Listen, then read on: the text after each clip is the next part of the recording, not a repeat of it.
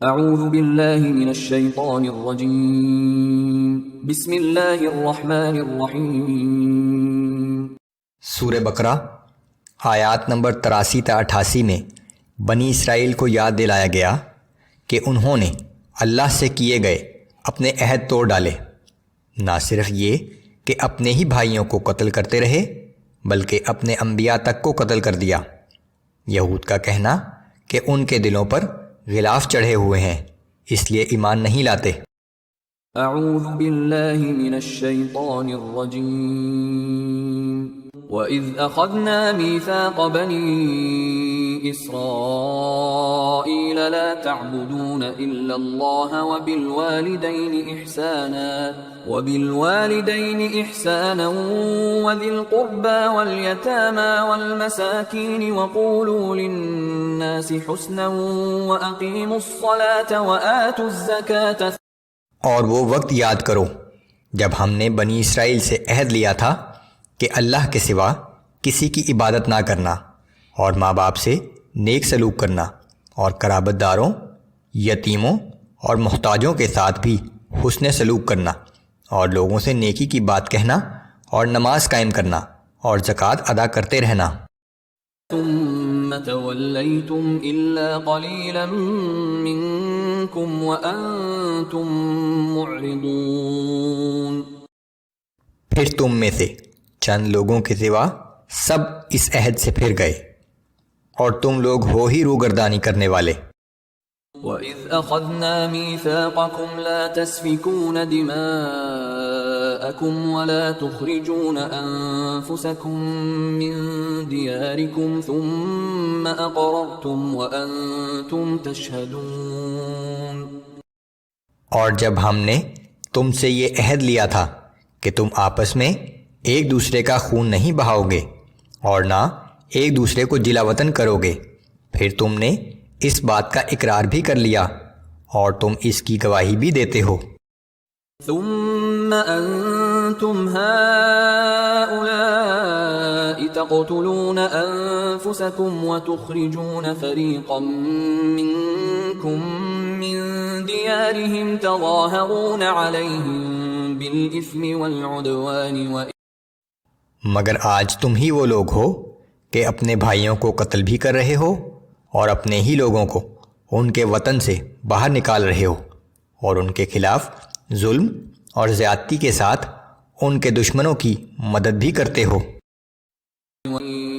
يَأْتُوكُمْ أُسَارَىٰ تُفَادُوهُمْ وَهُوَ مُحَرَّمٌ عَلَيْكُمْ إِخْرَاجُهُمْ۔ اور اگر تمہارے بھائی لڑائی میں قیدی بن کر تمہارے پاس آ جائیں تو ان کا فدیہ دے کر چھڑا بھی لیتے ہو، حالانکہ ان کو جلا وطن کرنا ہی تم پر حرام کر دیا گیا تھا۔ اگر تمہیں ہمارے احکام کا اتنا ہی خیال ہے تو تمہیں چاہیے تھا کہ انہیں جلا وطن ہی نہ کرتے، تاکہ نہ لڑائی کی نوبت آتی اور نہ فدیہ دینے کی۔ افتؤمنون ببعض الكتاب وتكفرون ببعض فما جزاء من يفعل ذلك منكم إلا خزي في الحياة الدنيا ويوم القيامة يردون إلى أشد العذاب۔ کیا تم کتاب کے ایک حصے پر ایمان رکھتے ہو اور دوسرے کا انکار کرتے ہو؟ پس تم میں سے جو شخص بھی ایسا کرے گا اس کی سزا اس کے سوا اور کیا ہو سکتی ہے کہ دنیا کی زندگی میں ذلیل و خوار ہو اور قیامت کے دن شدید ترین عذاب میں ڈال دیا جائے۔ وَمَا اللَّهُ بِغَافِلٍ عَمَّا تَعْمَلُونَ۔ اور یاد رکھو کہ جو کچھ تم کر رہے ہو اللہ اس سے بے خبر نہیں ہے۔ أُولَئِكَ الَّذِينَ اشْتَرَوُا الْحَيَاةَ الدُّنْيَا بِالْآخِرَةِ فَلَا يُخَفَّفُ عَنْهُمُ الْعَذَابُ وَلَا هُمْ يُنصَرُونَ۔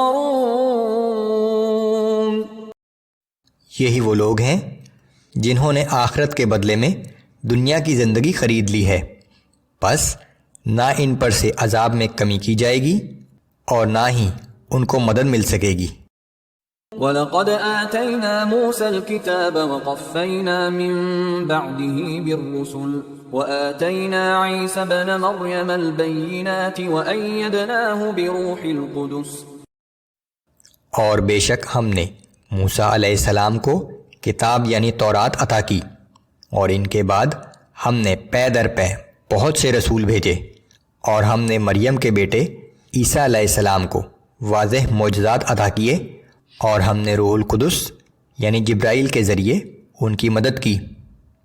أَفَكُلَّمَا جَاءَكُمْ رَسُولٌ بِمَا لَا تَهْوَى أَنفُسُكُمُ اسْتَكْبَرْتُمْ فَفَرِيقًا كَذَّبْتُمْ وَفَرِيقًا تَقْتُلُونَ۔ تو کیا یہ امر واقعہ نہیں کہ جب بھی کوئی رسول تمہاری نفسانی خواہشات کے خلاف احکام لایا تو تم نے تکبر کیا، اور بعض نبیوں کو تم نے جھٹلایا، اور بعض کو تم نے قتل تک کر دیا۔ وَقَالُوا قُلُوبُنَا غُلْفٌ بَل لَّعَنَهُمُ اللَّهُ بِكُفْرِهِمْ فَقَلِيلًا مَّا يُؤْمِنُونَ۔